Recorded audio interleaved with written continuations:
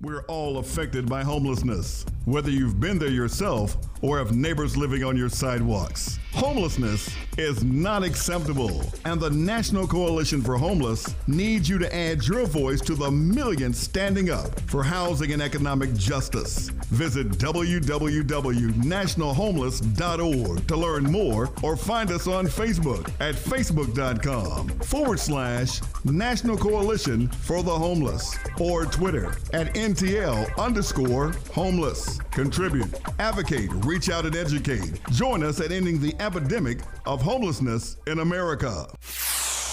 The views and opinions expressed on this program are exclusively that of the host and the guests who speak them, and do not reflect the views and opinions of the staff and management of WELE 1380 The Cat or Bethune-Cookman University, its staff, officers, or board of trustees. Welcome to Tough Times Radio with the homeless teacher on WELE 1380 The Cat, the radio show where we educate you, we inspire you, and we really piss you off. I'm your host, Tom Redman, and tonight I'm going to be joined by Mr. John Linton of the I Have a Name project in Phoenix, Arizona, and I'll tell you more about John when we get to our guest a little bit later. But for those of you that are just joining us, Tough Times Radio is born out of my desire to educate people. If you haven't been on with us during our hour every Thursday, I'm a Florida teacher who's voluntarily lived homeless for over 3 months in 13 cities across America. I've been advocating for the homeless ever since I learned the truths of homelessness through the eyes of the needy.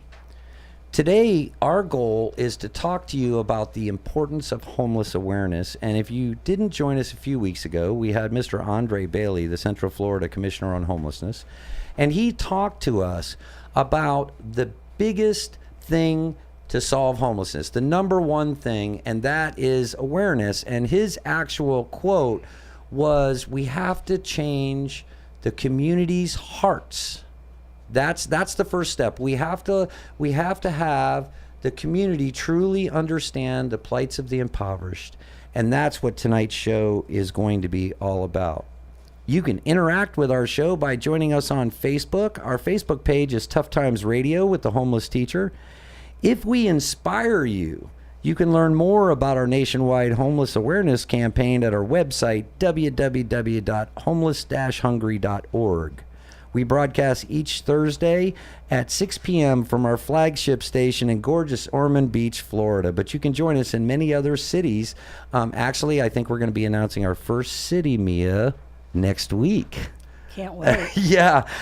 So if you want to call into the show, our number is 386-523-1380. And we're going to have a chance for you to call in to either ask our guests a question, or if you want to ask me a question or challenge me on my viewpoints, you can call in anytime. And as I told you before, we're going to be talking to John Linton of the I Have a Name project very shortly. And the reason I invited John is because he knows all about homelessness awareness, and he's going to tell us what he's doing out there in Phoenix. I also have a Ms. Sasha Kendrick. She is a homeless advocate over in Orlando, and she's going to be telling us, I don't know if you saw that news story, but there's a homeless gentleman by the name of Tony that relit the candles during the Pulse shooting. What was it, Mia? It was what was happening over there? They were having a vigil or something and it went out. People were bringing different types of items to celebrate their lives, like flowers. They had all kinds of stuff. So anyway, we have Sasha joining us, and I want to tell you about today's sponsor, the National Coalition for the Homeless. The National Coalition is the national agency that helps the homeless. I hope you'll support them. Now we're going to go to our repeating mistakes segment, and each week we try to talk about things that cities are doing that have already been done elsewhere that we already know are mistakes, but they continue to make them, okay?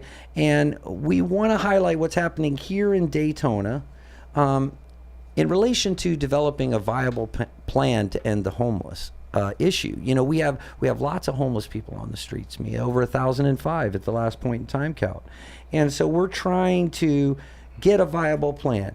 And remember, we, meaning this radio show and my advocacy group, Homeless and Hungry, we don't accept donations ourselves. Everybody's volunteers. And we're not trying to get a contract for homeless services, so we truly are an unbiased source. So we need to talk about today, Mia, the Hearst Shelter. If you're not familiar with that, if you're in the Daytona area, there is a proposed homeless shelter called Hope Place. And they're trying to put it where the old Hearst Elementary School is. And I will just say that the facts are this, Mia. Let's just talk about facts before we get into opinion. I have never seen the city of Daytona and Volusia County work together. Have you? Never. Never. Okay, so just understand the reason I'm bringing that up is 5.5 months ago, Hope Place was an idea of somebody's and did not exist anywhere on the planet. And in 5.5 months, somehow, Halifax Urban Ministries was given 1.2 or 1.3, I don't remember, me and my brain's getting old, but 1.2 or 1.3 million in land. In other words, they're going to own that whole Hearst campus free. And, Mia, they're getting over $3 million from the county to refurbish it. And that's a big gift being given to Halifax Urban Ministries. That all happened in 5.5 months. That's kind of weird. But there's a lot of things that are even weirder about this than giving away millions and millions, over $4 or $5 million without any competitive bidding or anything. The other weird things are the zoning board at Volusia County said they should turn down the zoning change, and yet the county council voted 7-0 to approve it. And so now it's a done deal, but the problem is the Hearst residents are very upset, and they have a right to be. The reason that they're upset is this shelter was shoved down their throat, and nobody gave them any time for input, and so that made people very angry, Mia. And we're going to get into how that all plays out. But first, I want to play a clip, and let me set this clip up, Harold. This is Mr. Ian DeYoung. And if you're not familiar, we do an assessment on people that need homeless services. It's called a SPDAT. Ian is the author of that. He's the one that designed it. And I want you to hear what he had to say about what's going on with Florida and how we solve homelessness. I guess the last thing that I would say is if we are truly going to make statements about ending homelessness, you got to realize that starts with one person or one family at a time. And if you lose sight of what this really is all about, then you become driven by something other than actually helping people in their homelessness. So for me, everything starts with why. And if you believe what I believe, we can get behind each other and actually accomplish a ton of work. But if we're going to spend a whole bunch of time arguing about ideology, or if we're gonna spend time arguing about approaches, I am sick and tired, I'm gonna say this because we're in Florida, I am sick and tired of Marbet.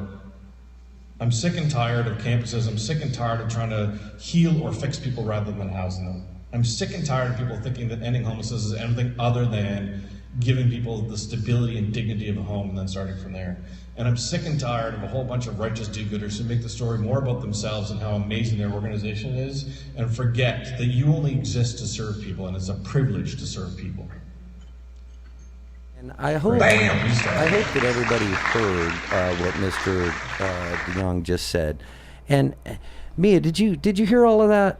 I heard most of it. Yes. Yeah, and basically the first thing I want to highlight he said is he's tired of Dr. Marbet. Now, do you know who Dr. Marbet is, Mia? I certainly do. Yeah, I know you do. Dr. Marbet's the guy that wrote the Volusia Safe Harbor $12 million plan. He's the guy that Halifax Urban Ministries and Faith and those organizations are using his data and statistics, but he's well known not to be a really good homeless services person. His 7 tenets of transformation, one of them is to don't feed the homeless, One of them is to punish them when they deserve it. I'll let you read it on the website. Go to his website because it's the most ridiculous stuff. The thing is, Dr. Marbut and this whole thing, how we solve homelessness is first we come together as a community, and we come together as a community demanding that we have a good plan for the homeless, and we change people's hearts and minds by telling them the truths of homelessness. And tonight's show is all about how important awareness is. And joining us now, we have Mr. John Linton of the I Have a Name Project. And the I Have a Name Project is in Phoenix, Arizona. John, are you on the line with us? Yes, I am, Tom. I'm glad to be here tonight. Thank you. Hey, thanks so much for joining us. Is it hot out there, John? Well, I'm on my way back, for the job that I do that actually pays the bills. I'm on my way back from Tucson to Phoenix, and it is 105 degrees, and I've pulled over in the car to chat with you guys. So is it warm? Yes, it's like living on the surface of the sun here on many occasions. And that, and as I think that's awful. I mean, imagine if you're out on the streets living under these conditions, and we've got, in Maricopa County here in Phoenix, Arizona, there are estimates of anywhere between 18 and 22,000 people that are living under, under these conditions. So yes, and I'm glad to be here. Thank you. Well, you're welcome, and John, feel free to fill me in on whatever you want, because the reason we have you on is we want to talk how important awareness is to actual public change. Can you tell me what you think of that? How important is awareness? Well, Tom, I've been asked that question a lot, and I'm fervently and firmly committed to the belief that either public policy or even social awareness. I mean, things oftentimes change is only demonstrated or executed after there's a deeper understanding and awareness that the problem is not only there, but in many cases, you're trying to illustrate how grave the circumstances that need address are, and that's really been, kind of the principal focus of this project. I mean, it has many moving parts. The I Have a Name project, and it started as an art project that's now become an art and advocacy project, or campaign, if you will. And the reason that you started this, can you tell us how it started, John? How did I Have a Name project start? Well, the long way. I'll try to not give you the long way around this and give you the kind of the bullet points in the abridged version. But essentially, a man that I was in business with for a long while, for many years, he relapsed after having been free of a drug addiction for many years. He was involved in a car accident, and they had prescribed OxyContin, and the prescription medication that was provided led this man back to a heroin addiction that he'd been free of for almost 20 years, 2 decades. This friend of mine, Bob, he didn't fit necessarily the stereotypical kind of things that one might consider around what the face of homelessness should look like, and he lost a business, he lost his wife, he lost his home, and he ended up on the streets, homeless. Wow. And, ultimately, what I would tell you is he lost his life, and I can talk about this without, there are still times that it gets pretty heavy for me to speak of, but it's been a lot of years, and I decided that I would. I'd been in and have currently am and had been in the art business for a lot of years, so I thought perhaps I'd leverage some relationships that I had inside of the art world, maybe use some photography, create an exhibition. I publish for a living, so I thought, maybe I'll do a book, and we could start a little conversation around homelessness in, the community that I call home, which is Phoenix, Arizona. But like a lot of things, Tom, that many of us John, hope to do, John, I apologize, but I got about 10 seconds to the hard break. Will you stay over and talk with us a bunch more? We have to pay some bills here a minute. Yeah, pay the bills. All right, well, hang on. We'll be right back with John Linton.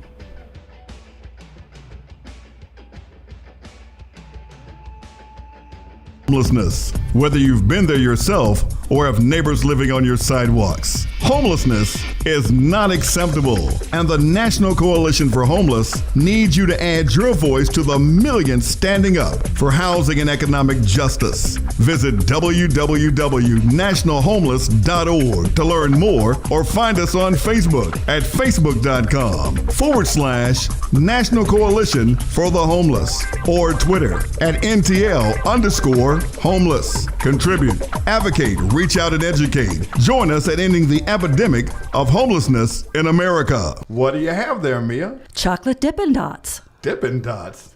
They look real tasty. Where'd you get them from? I got them from Rogo's Yogurt. Rogo's Yogurt? Yeah, it's a fantastic place. It's got all sorts of yogurts in different flavors. They've got low-fat, non-fat. They've got a family-friendly atmosphere. The staff is great, and everything tastes delicious. Rogo's Yogurt, right across the street from the News Journal Center on Beach Street. Have you had your yogurt today? Hey, if you're not aware, the Daytona Beach Festival of Magic, the 16th annual, is going to be held November 4th through 6th, 2016 at the Daytona Beach Resort and Convention Center. If you want to find out more about it, go to DaytonaMagic.com. I'll tell you, Harry Allen and Irv Cook have been putting this on for 16 straight years, and it's a wonderful, wonderful event. Make sure you sign up November 4th through 6th. If you need any information on hotels or anything that can help you with that too, you can call 1-800-346-2442. If you live in Orlando, go behind the library downtown any Friday night at 5 p.m.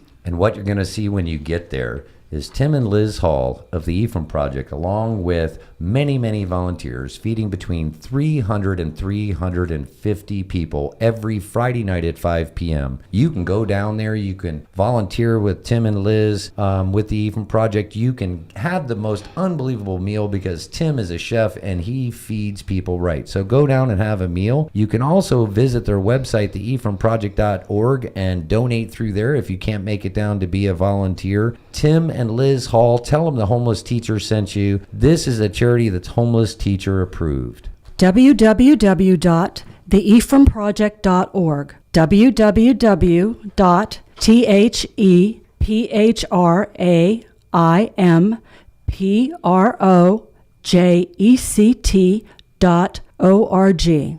This program was paid for by its sponsor, which is solely responsible for its content and the views expressed. WELE, Ormond Beach, 1380, The Cat. Welcome back to Tough Times Radio with the Homeless Teacher. John, you still with us? Yes, I am. Hey, hang on a minute. I got to introduce you. In studio with me, I have Miss Sasha Kendrick, and let me tell you quickly, John, who she is, and then I'll introduce you to Sasha. Sasha, if you're familiar with the Pulse tragedy that just happened, Sasha is a advocate downtown Orlando that uses music as her outreach to the homeless. And Sasha, tell them about Tony. Hi, John, and thanks for having me on here. Oh, no problem, Sasha. I didn't give you a chance. Go ahead. Well, basically, I have known Tony for months. He likes to come and sit and listen to me play music. We've spoken many, many times. I buy him lunch occasionally. When I saw him just popped up on my Facebook, the news story, there were a lot of comments asking, who is this man? Where can I give to him? And I just was like, oh, I know who this is. And I don't mean to interrupt you, but the news story she's talking about is a national news story about the homeless guy that relit the candles because he saw that they had gone out, John. I saw that, yes. And yes, Sasha knows Tony, and she's here. Tell them about how they can find your information quick, Sasha, because we got to go back to business. Tell them how they find out how to give to Tony. If you go to GoFundMe and you search for Fund for Tony, Homeless in Orlando, that's the page. It's a page of, the photo is of him and me. And you can find it on, do you have a Facebook page for him too, or can they find your? I don't have one specifically for me, but you can always go on my page. Everything's public, Sasha Kendrick. Awesome. So, John, let's get back to business. We're all going to talk about awareness because Sasha obviously uses music. And so you were talking about how it got started out there. How has it affected your community? Well, as I was mentioning, and it started as an art project. It started as a project around photographs that I'd taken over the course of it started in 2007 with photographs. And Tom, I'm not really here to talk about I Have a Name as much as the homelessness issue, but I think it's important to mention, the first photograph that I took, I didn't have any real construct to the project. I just knew, loosely and organically what I'd hoped to do, and I didn't know what I'd call it. And in the first photograph that I took during that conversation that I was sharing with this gentleman and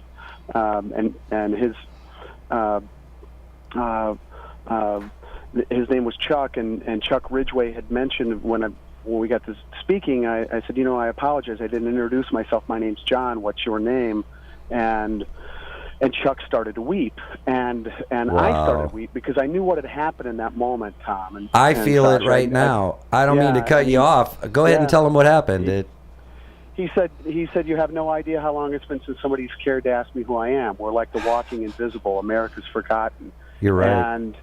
And that's, in that moment, the project became I Have a Name, and the rest is kind of what's happened subject to that has been, just really, I was talking to somebody last night on my way down to Tucson, and the project's really become a movement in advocacy, a movement in awareness, and it's become, something that is, humbly speaking, we have the largest reach of anything that's out there that speaks to the issue of raising awareness for folks that are living in these circumstances, the less fortunate. And I'm glad you said that, John. Everywhere. I'm glad you said that, because I will tell you, I know, what do you got, about 30,000 Facebooks like? You're kicking my butt, man. Now we got 50,000. Oh, 50,000. So way.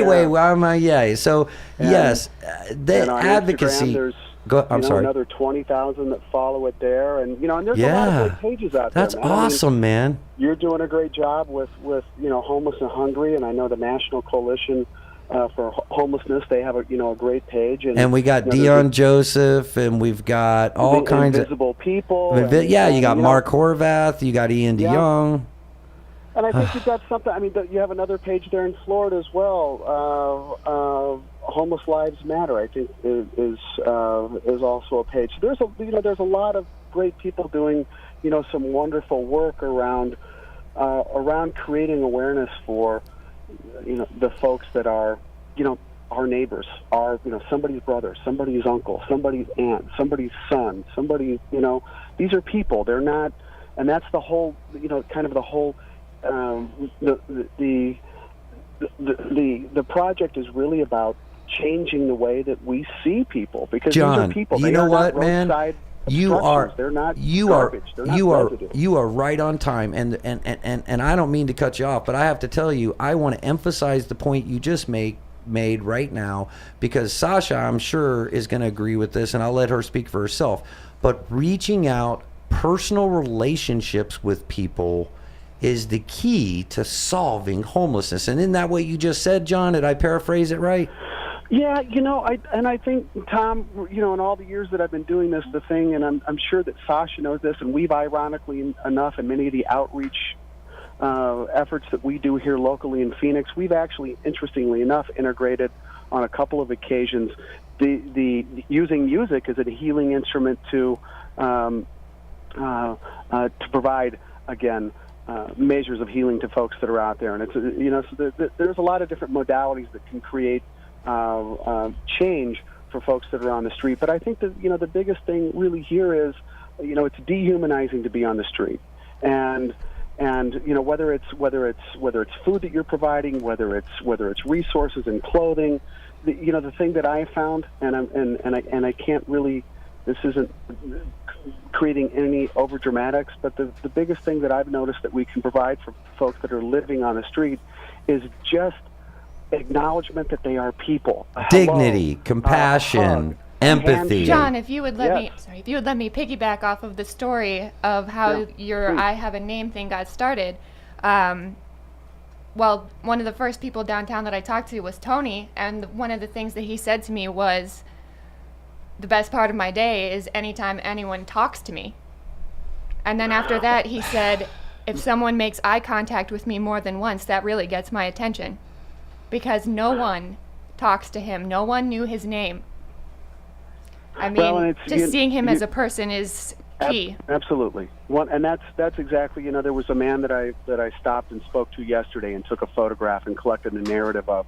And he said, you have no idea how many days actually can go by that I don't use my voice. Right. I'm not heard. I'm not seen.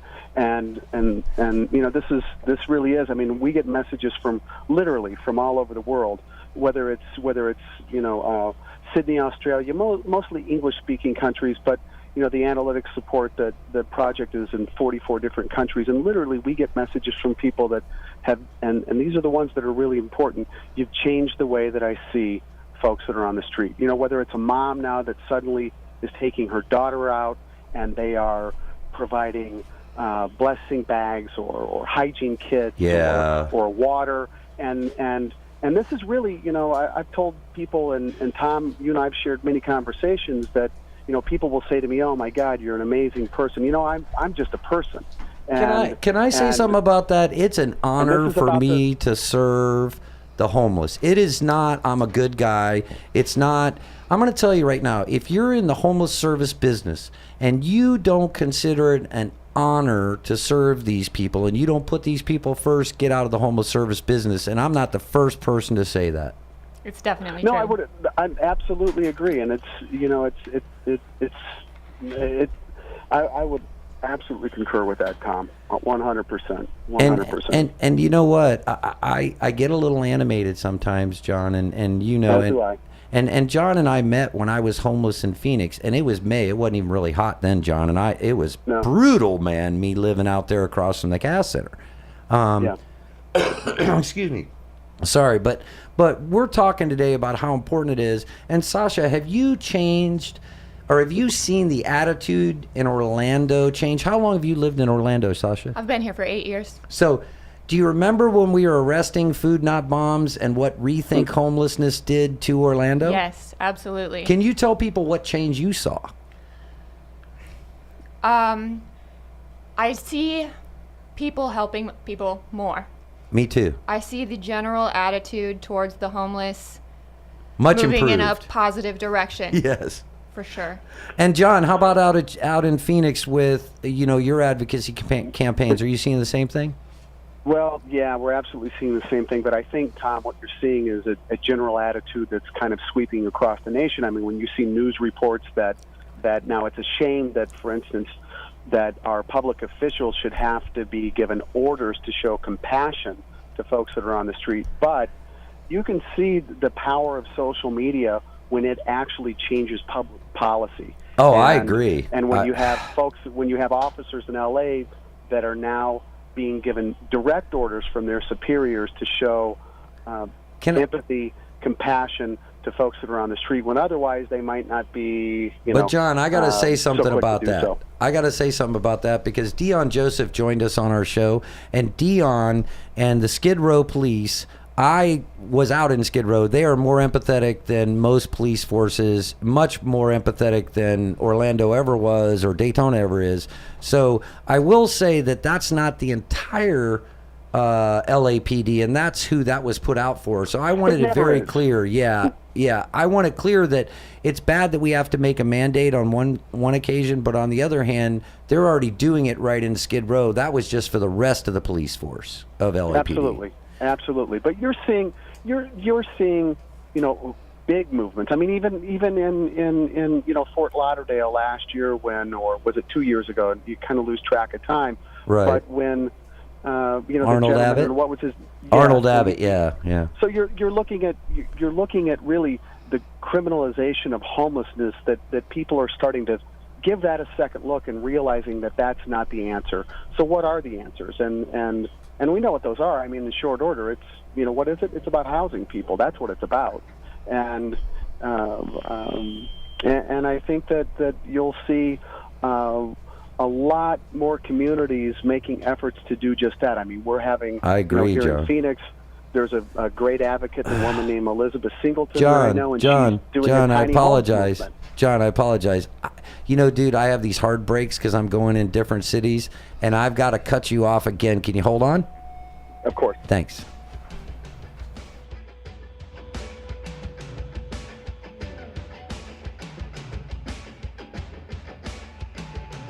Hey, this is Tom, the homeless teacher. If you're not familiar with me, I'm a homeless solutions expert that has traveled the country, lived homeless in 13 different cities, and gives speeches all over the nation.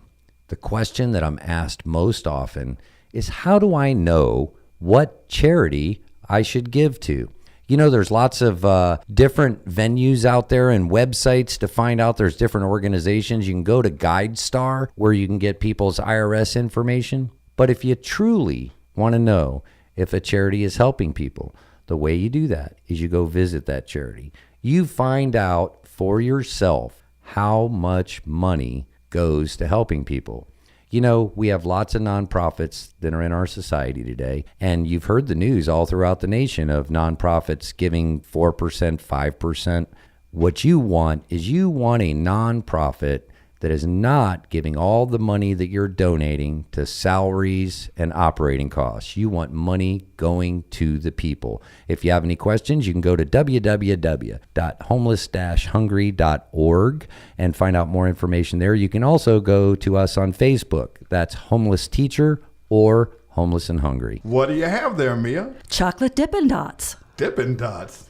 They look real tasty. Where'd you get them from? I got them from Rogo's Yogurt. Rogo's Yogurt? Yeah, it's a fantastic place. It's got all sorts of yogurts in different flavors. They've got low-fat, non-fat. They've got a family-friendly atmosphere. The staff is great, and everything tastes delicious. Rogo's Yogurt, right across the street from the News Journal Center on Beach Street. Have you had your yogurt today? If you live in Orlando, go behind the library downtown any Friday night at 5 p.m. And what you're going to see when you get there is Tim and Liz Hall of the Ephraim Project, along with many, many volunteers, feeding between 300 and 350 people every Friday night at 5 p.m. You can go down there. You can volunteer with Tim and Liz with the Ephraim Project. You can have the most unbelievable meal because Tim is a chef and he feeds people right. So go down and have a meal. You can also visit their website, theephraimproject.org, and donate through there if you can't make it down to be a volunteer. Tim and Liz Hall, tell them the homeless teacher sent you. This is a charity that's homeless teacher approved.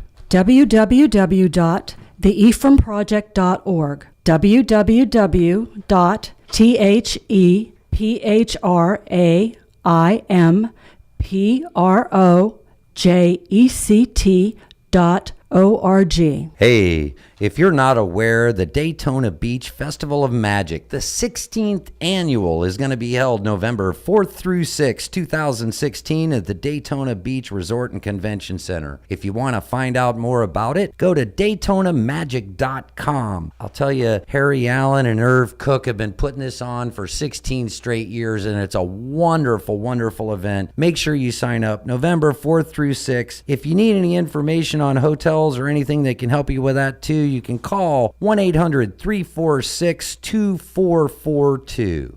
This program was paid for by its sponsor, which is solely responsible for its content and the views expressed. WELE, Ormond Beach, 1380, The Cat. Welcome back to Tough Times with the Homeless Teacher on WELE 1380 The Cat. You know me, every time I say, I love that logo, man. Bethune-Cookman rocks. Hey, John, you still on the phone? I am indeed. Hey, you know, I want to close it up with this, John. Can you please tell everybody how they can find out more about the I Have a Name project? Because, as I say always, you know, if I have a guest on the show, it's somebody that's really doing something powerful for the homeless. And John, tell them how they can support you in Phoenix and volunteer, or how they can get all that stuff. Tell them all that stuff. Well, you can simply go to our website, and it'll direct you around to the other social media platforms that are there that help provide the information that we put forward. And you can find us at ihaveaname.org. And I don't mean to, I'll just say it this way. I'm not the one that's so much in need, Tom, as you know. I mean, what we're hopeful that people will do is really, and it's this notion of, as I was suggesting earlier, and we kind of went around at this notion of people really getting involved, people taking action for themselves. You know, people often say to me, "How can you help? How can I help you?" Well, but John, help, but I know a lot of people that do, and it's about folks becoming really not waiting for heroes in their communities, but becoming being their heroes. own personal heroes. And Absolutely. the reason I said to go to you, I wasn't meaning for you to take the donation, but I know I follow your Facebook page really close, and I know right now you have a campaign going for one gentleman. And so it's more to help individuals in case they can't be somebody that goes out in their community. You know, there's some folks that can't it's not suited for them. Yes. Understood. So, you know, and it's kind of a clean way of helping in some cases. I mean, a lot of folks don't really want to go get their hands dirty, and I'm not above getting my hands dirty. I love getting my hands dirty. I got bug bites all over me right now from going out in the woods. But you know, as far as the gentleman that we have the GoFundMe page up for, we met our needs. So my feeling would be, you know, if there are folks that are listening today, we've met the needs for this gentleman, and we're blessed, and we're happy to do so. It's, you know. But how many more do you have, John, to do that for? Well, listen, a lot, you know, and but my feeling is that, you know, look inside your communities, look and see, you know, what organizations are providing care and resources for the homeless, and go provide donations to them. Awesome, John. That's some great advice. And we're going to have to let you go. I hope you'll join us again. I certainly will. You guys have a great evening, and thank you so much. And Sasha, thank you. And please give that gentleman a hug. I love that. I love his story, and the picture that was provided that went viral. It touched my heart. All right. Thank you, John. And if you want to join us, you can call in at 386-523-1380. 386-523-1380. Make sure you join us on Facebook. That's Homeless Teacher, or Homeless Teacher Tough Times Radio is the show page. And I have a real big surprise. Mia, you ready? Ready. For the first 5 people that go down to Rocco's Yogurt and tell them the Homeless Teacher sent you, Tom's going to have a stack of stickers there to hand out, our stickers, and they're really cool. You could see them on the Facebook page. They say homeless, not hopeless, and they're really cool looking. And so the first 5 people that go down to Rocco's Yogurt and say, hey, Tom the Homeless Teacher sent me, will get a free sticker. How's that? Pretty cool? That's pretty cool. Actually, it's a good thing I have a sticker, or I would be leaving right now. So. And Rocco's is great yogurt.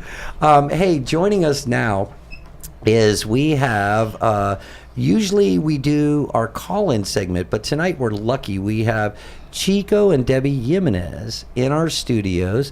And hi, guys. How you doing? How you doing? And if you're not familiar with Chico and Debbie, well, I'll let you guys tell the story. Tell them what happened to you originally in Daytona. Well, in May of 2014, we were feeding the homeless every week, and we had been doing so in that same park for over a year, and we had never had any problems. And the police came down and arrested us for feeding in the park, and the rest is history. We ended up going to court with the city of Daytona. We filed a federal lawsuit against them, and we won in March of this year. Yay! Okay, so let me just make sure I run that back for people like Big John and everybody else that really can't understand the big words. Really what she just said was the city had to pay $35,000 because they stopped them from feeding the homeless, and they won.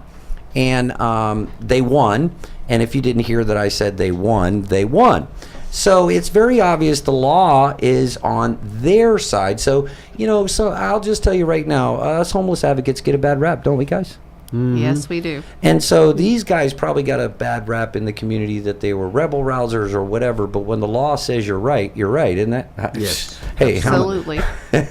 So, hey, guys, so what do you have going on with your organization right now? We're just doing the same thing. We just feed. But people don't know what you do. You got to tell them. Okay, they don't know what we do. Yeah. Every Wednesday we feed at Manatee Park, and because we won the lawsuit, we got the right to do that again, because it was unconstitutional what they did to us, and we're very grateful that people came forth to help us out. But anyway, every Wednesday we go down and we feed the homeless, and we give them backpacks and tents and clothing, shoes, whatever they need. If they come in and they say, that they need something, then the next week we have it for them. Awesome, man. That's so awesome. I'll just tell you right now, Chico and Debbie are doing some great things for citizens experiencing homelessness in Daytona, guys. I really appreciate what you guys do. Thank you. Now, let me ask you guys a question. Here's something I want to touch on real quick, and this is a dangerous subject. You guys ready to go step off the ledge with me? Absolutely. Yeah. All right. Let's talk about real truths. It's hard being an advocate. Do you get attacked? I mean, I'll just tell you right now. I know for a fact that there's a disc jockey on my same radio station that's so jealous of me. There's haters is what I'm saying. And on Facebook, you got haters. And in the city, you got haters because you're successful. Did you guys have haters when all this happened? Oh, yeah. A lot of haters. We even got death threats. You got do you know that when me and my wife and we were living in Orlando, we actually had a police officer from the Orange County Sheriff have to sit outside for a short period of time, and they tried to break into our house. Haters, they're ridiculous, aren't they? Yes, they are. Now, let me ask you about the haters real quick, because I want to educate the community, and I don't want to mention any names, okay, at all. Well, can we mention names? Well, I'm not going to stop you. And you know me, I'll mention names. The heck with it. Throw them under the bus, right? Yes. Okay, so here's the truth.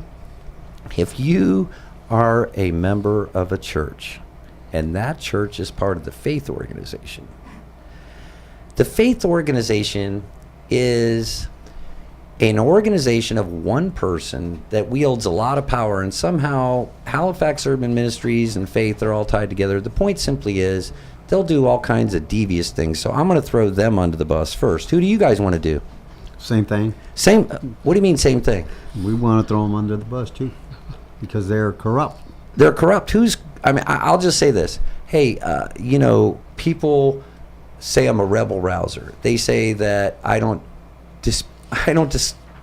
even know how to get it out of my mouth how they treat me, when you have the city sending you emails telling you they're going to sic the city attorney on you, and when you have organizations like Faith and Father Filagito's, contacting your employer, right. That's haters, right? Yes. They tried to get me fired from my job. Do you believe that? Yes. And so we don't want haters. We want real solutions. So we're going to have a big debate up at the Hearst shelter location. How about that, guys? That sound good to you? Love it. We'll be there. And for sure. here's what we're going to do. We're going to get all the Hearst residents together. We're going to get all the Beach Street merchants together. We're going to get all the people that have questions about homelessness. And we are going to answer your questions honestly with proof. And there won't be no flim-flam. It won't be somebody coming in to tell you what they're doing and justifying it. It'll be a time for the community to ask questions, and I've invited Big John and Judge Bell Schumann, and I've invited, they can bring Dr. Robert Marbut, they can have Father Phil show up. We'll bring anybody. Mike Pastore. Yeah, well, God, I hate him. Okay, we'll even invite Mike Pastore and Brad Carter and those people that pretend they know what they're talking about. Those are the haters that hate us because we have done a great job helping the anytime community. you're doing something good, people don't want that to happen. That's exactly right. And they used to be on this radio station, and you notice they're not here anymore. And I'll just say that, we'll leave it at that. So how much time we got left, B, to beat them up? We have 30 seconds left to beat them up, guys. I wish I could. Mia, you're sitting over there not saying anything right now. I'm being politically correct right now. That's probably a good idea. Hey, you could join us on Facebook, Homeless Teacher, Tough Times Radio. Also, go to the WELE 1380 website and Facebook page and let them know you like the Homeless Teacher being on the air. Or if you don't like us being on the air, leave it on their Facebook page. Tell them how much you hate us. Harold, we ready for that? Go ahead. Hey, everybody. I'm ranting again. So, working on yet another report for a community that wants to improve the response in ending homelessness. Awesome. 2 big thumbs up. Except, they don't want to do anything about their existing shelter systems. Let me tell you a little bit about their existing shelters. Every single shelter requires sobriety for entry. One of the biggest frustrations in the community is the amount of outdoor homelessness. Can you not see an interconnectivity between these two things, folks?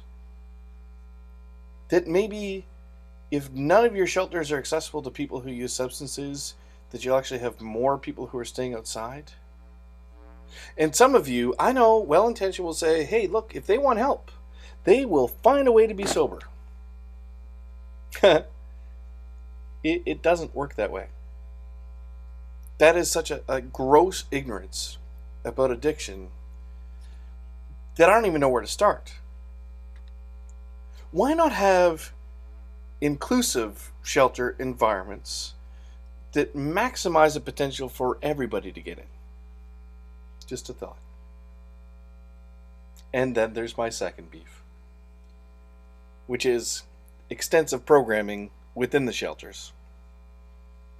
You perhaps know these shelters, right? They have life skills training programs, and they might have some addiction treatment programs inside, and maybe they have some employment programs. Heck, maybe all the residents of the shelters are the ones who clean up downtown and don't get paid for it, or get paid less than minimum wage. But I digress on that. The point is, your shelter shouldn't be places that keep people homeless longer.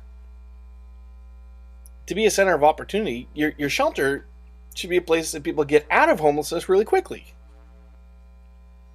So take the programs that you got in your shelter and put them in community, not in your shelter. And please don't make anybody pee into a cup or onto some of those stick things that tell you someone's been using. In your community, like mine, I will bet you dollars to donuts that most people who have an addiction are housed, not homeless. And don't make psychiatric treatment a condition of coming into your shelter. I will bet you dollars to donuts that most people in your community that have a mental illness are housed, not homeless. And then there's the third part of my beef, and I'll just make this the last part of this rant. Waiting lists to get into shelter. Waiting lists to get into shelter. Where are those people now? I mean, if they're with family and friends or in some other place other than the shelter, can't we agree as a first step that maybe we should try to reinforce natural supports before we take people into the homeless service delivery system? That maybe friends and family and all those good things are better than saying, yes, come into this really hugely expensive system. And maybe we wouldn't have waiting lists if shelters were actually performing their intended function, which is short-term, infrequent, emergency use. Shelters should never be anybody's home. Don't have long-term transitional shelters. Don't have really extensive programmed shelters. And by all means, don't have long waiting lists to get into shelters. Do better. If you want to end homelessness, do better. Thanks. Hey, that was Ian DeYoung. And if you're not familiar with him, he's a very famous homeless solutions expert from Org Code Consulting. And Chico and Debbie, did you hear that basically what Ian described was exactly what they're trying to build?